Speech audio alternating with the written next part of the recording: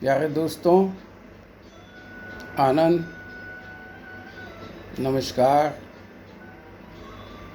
आदाब। मैंने आपको कहा था कि अगली बार मैं आपको एक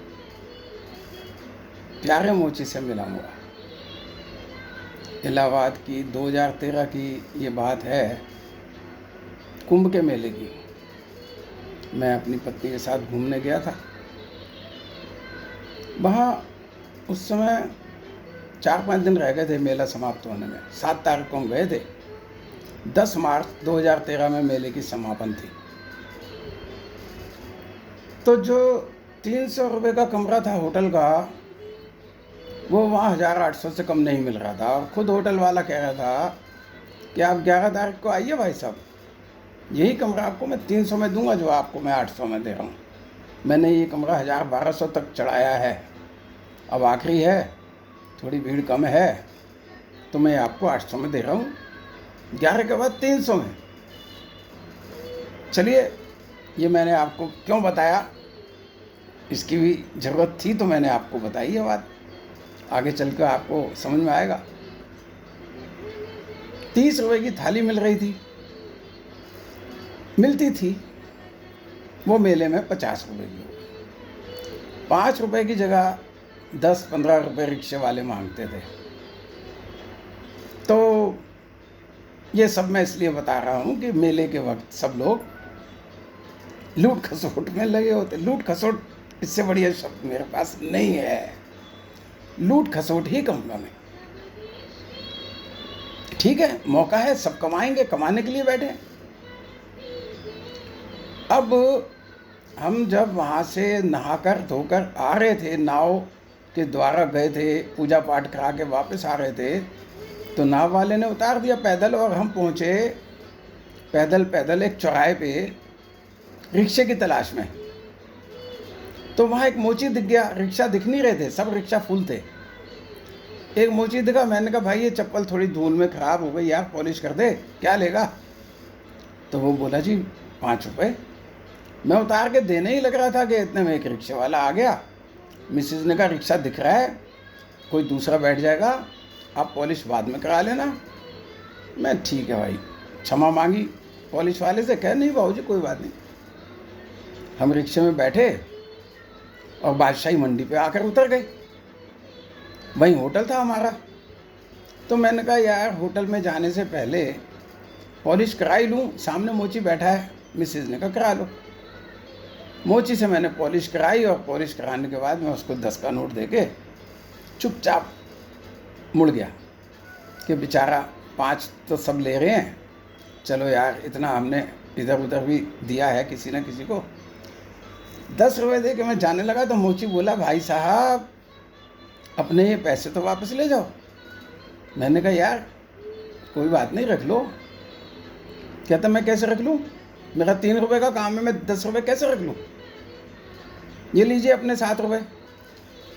मैंने कहा यार आशीर्वाद समझ के रख लो, तुमसे हम बड़े ही हैं उम्र में। कहने लगा बाबूजी मुझे ऐसा आशीर्वाद नहीं चाहिए। मैं कहा फिर भी हम तो देना चाह रहे हैं, हम भी बाबा से कम नहीं है। उस समय दाढ़ी वाड़ी शायद नहीं बढ़ा रखी थी। मैंने कहा हम भी किसी बाबा से कम नहीं है। तो बोला कि बाबूजी आशीर्वाद देना है तो एक काम करो, पहले तो अपने ये पैसे पकड़ो, उसके बाद मैं बताऊंगा आपको कि मुझे क्या आशीर्वाद चाहिए। मैं कहा चल भाई पकड़ लेते हैं। मैंने पकड़ लिए 7 रुपये। तो बोला